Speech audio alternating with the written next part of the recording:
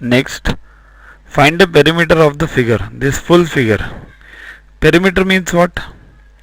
Perimeter means the sum of the outside length. Nothing has to done with inside. Now what is given in this figure? Perimeter of each square equals to 24 centimeter. Now these all are squares and each square is 24 centimeters. Perimeter means what? The side total of all the sides. Now what is the perimeter of the square?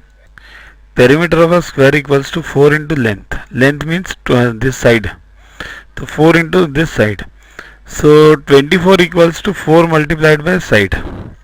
Okay, so each side will be how much then? 24 divided by 4 equals to 6. So now each side is 6 centimeters. This is 6, this is 6. Now what is the meaning of these dash cuttings? It means that wherever there are cuttings, these sides are equal. It means this side is equal to this side, is equal to this side. It means, what does it mean? This is 6, this is 6, so this is also 6. Which means that all the sides given over here are 6. So what are we to do now? We have to just count how many these sides are there. If you count it, you will find it that the sides are 12.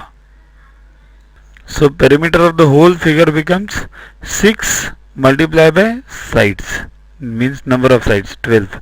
So it is 72 centimeters.